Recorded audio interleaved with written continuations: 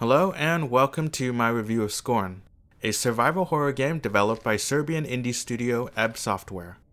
I'm going to briefly go over its development for a minute or so, but if you want to jump right into the review, you can use the timestamps below. Released in 2022, its development history was turbulent to say the least, and highlighted some growing pains. In December 2014, Ebb Software launched a Kickstarter campaign that was ultimately unsuccessful, but the project was saved by a private investor. In 2017, after citing financial difficulties, they would again try their luck with a second Kickstarter campaign. This time, they did succeed, and would go on to surpass their goal of 150,000 euros, and even reach their first stretch goal. However, after over a year of silence and multiple delays, backers understandably grew worried, and when they asked for updates from the developers, Ebb Software's response was less than stellar, one that would even lash out at its own supporters. The CEO/creative director issued an apology shortly after and promised to do better in the future. Scorn was initially planned to be a two-part release, but was later consolidated into one game, and at the time of this video, the stretch goal of creating a VR level is still in the works. Originally slated to come out in 2018, backers and fans had to wait until 2022. It may be 4 years later than planned, but in the end, they did reach the finish line, maybe with a few extra scrapes and bruises on the way, but hopefully learning from their experience. So after nearly 8 years of development, let's find out what Scorn is all about. Constructed using Unreal Engine 4, Scorn takes place in a mysterious world. Where and what kind of world it is unknown. Your guess is as good as mine.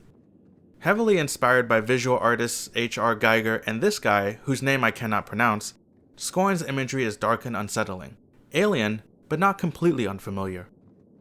Binding flesh and machinery together, Scorn's biomechanical environment gives us a look into the inner workings of a deeply disturbing world. Nightmarish and hellish are both words that accurately describe this place, but it was also awe-inspiring. Every corner you turn or door you unlock reveals something more grotesque. Phallic symbols become more and more explicit the deeper you go, not that it was ever subtle to begin with. Scorn isn't scary in the traditional sense, but it's definitely not for the faint of heart. As you catch a glimpse of yourself, who or what you are is not entirely clear. Yet you're not completely unrecognizable, almost undeniably human in a way. Without any context though, Scorn's story and narrative isn't one you can easily piece together, or definitively for that matter. There's no text, dialogue, or clues to clutch onto. Even as you play through, you'll likely come out with the same questions and more. Your mind will be grasping onto nothing the entire time, but there are some recurring themes and motifs you'll notice throughout your playthrough, and that's about all you'll get. It's certainly open to interpretation, and there isn't necessarily only one way to look at it. I think it's interesting and intriguing, but perhaps not profound because of how vague it is. If you have an interesting theory you want to share, feel free to do so down in the comments. As you walk around in this cavernous abomination, the eerie droning and ominous silence fits perfectly with this seemingly lifeless place. To move around, you'll only be able to walk or run, leaving mobility quite limited. Experienced almost entirely in first person, you'll solve puzzles, and acquire gadgets to gain access to deeper, darker, and more disturbing areas. It's very clear from the get-go that Scorn is a very immersive experience. The puzzles were fairly interesting, some were pretty straightforward, and some were very challenging, so there was a good variety to mix things up. To aid you, items and control panels you can interact with will be highlighted when you get close enough, which is helpful when everything looks the same. When you successfully activate a control panel, you might hear the distant sounds of grinding gears or the heavy rumbling of machines. It all sounded really good, and it made exploring the fleshy factory all the more unsettling.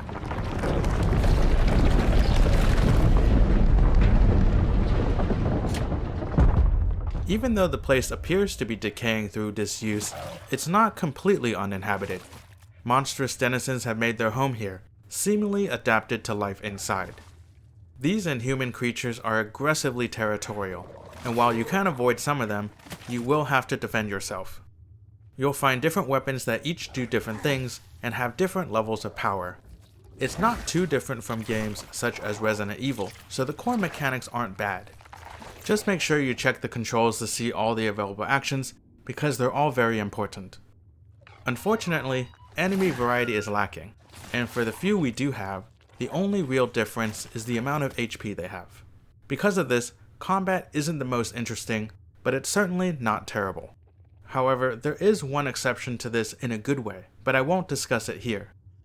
On the other hand, your weapons were satisfying to use, and killing freaky mutant things resulted in plenty of pleasantly disgusting squishing noises. But when it comes to the common enemy, I do think they need to lean into it more and develop the combat further, because fighting these creatures does elevate the level of horror.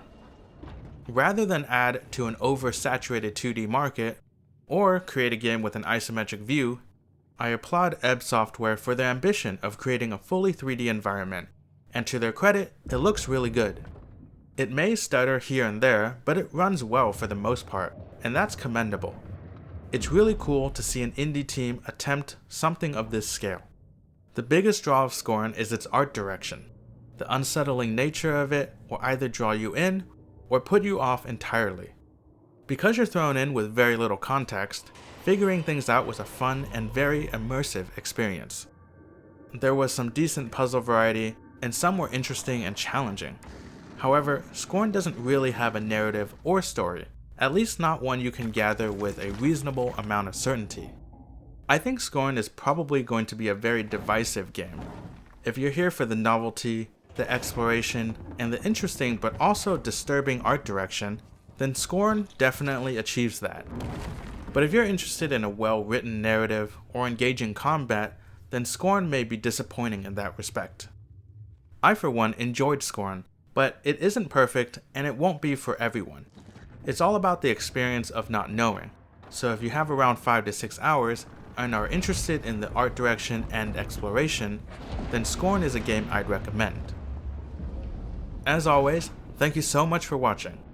What did you think of Scorn and its world? I think this is a very strong start for the fledgling studio, and I can't wait to see what they put out next.